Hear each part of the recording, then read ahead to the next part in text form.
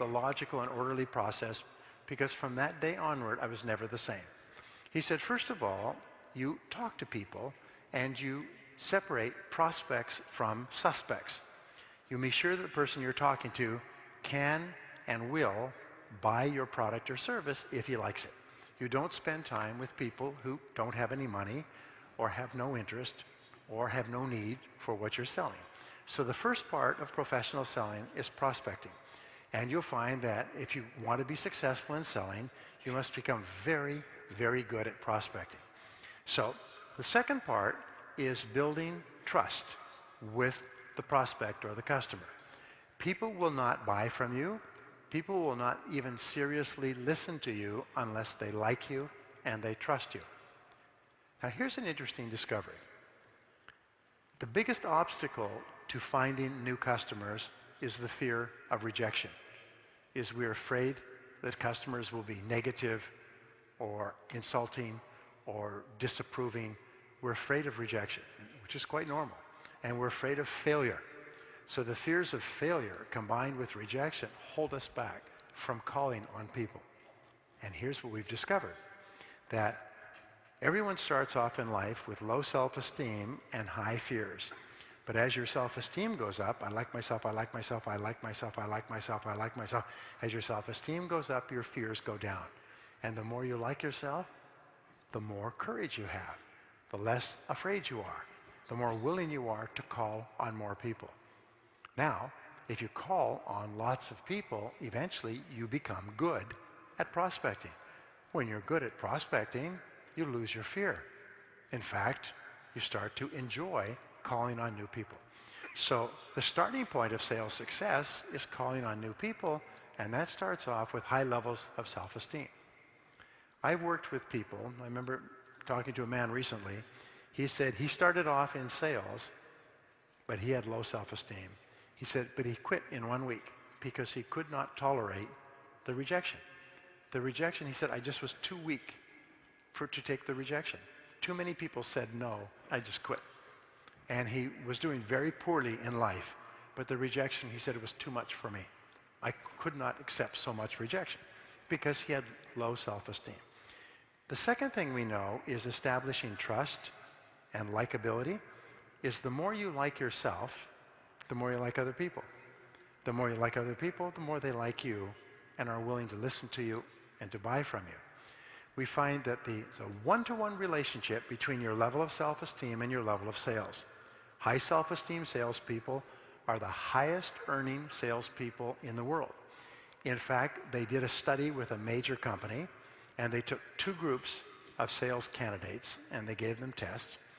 One group had average self-esteem, and they put them through 3 months of training and then sent them out to sell. The other group had high levels of self-esteem, and they sent them out to sell with no training at all. Can you guess what happened?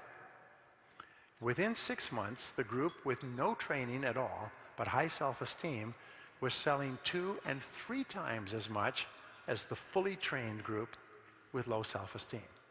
Because the extension of self-esteem is self-confidence. Gives you high levels of self-confidence.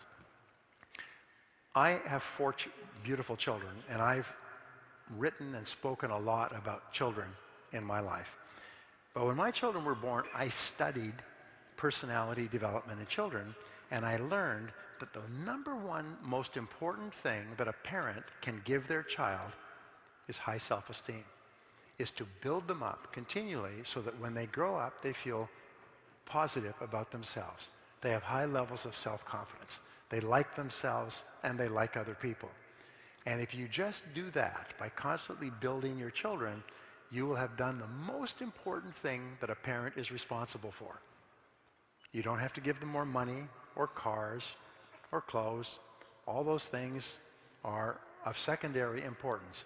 What's most important is how they feel about themselves, which is largely determined by how their parents treat them when they're young. So self-esteem, self-confidence, and building trust with customers is absolutely essential. Now, the third part of selling is identifying needs, is finding out the customer's situation by asking them a lot of questions. Now we know that for a customer to buy, they must have one of three things. They must have a need that has not been satisfied. For instance, if you sell headache pills, they must have a headache. They must have the need. You never try to create a need when you sell. You try to find someone who already needs the benefits of what you sell and then talk to them and try to get them to buy your product rather than your competitors.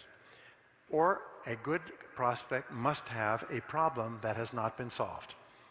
And so when you ask questions, you're looking for the need or the problem.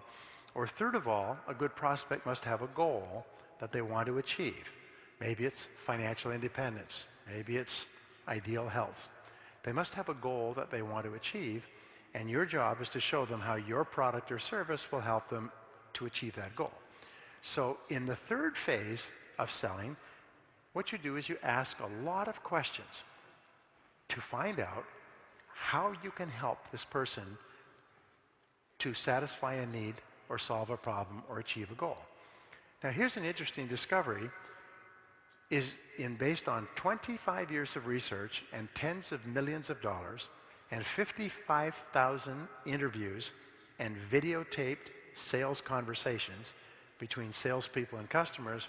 What we found is this, is that if you sell out of sequence, you kill the sale.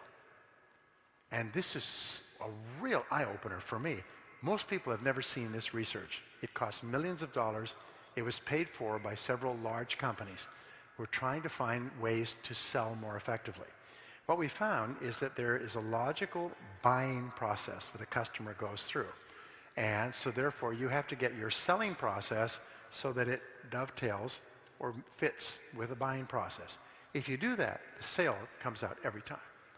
Top salespeople can sell to 4 out of 5 people that they talk to. Poor salespeople can maybe sell to 1 out of 10 or 1 out of 20, which is why salespeople who are well skilled are some of the highest paid people in our society. So what I learned is you can never talk about your product or service until you have asked a lot of questions to discover whether or not this person really needs what you're selling.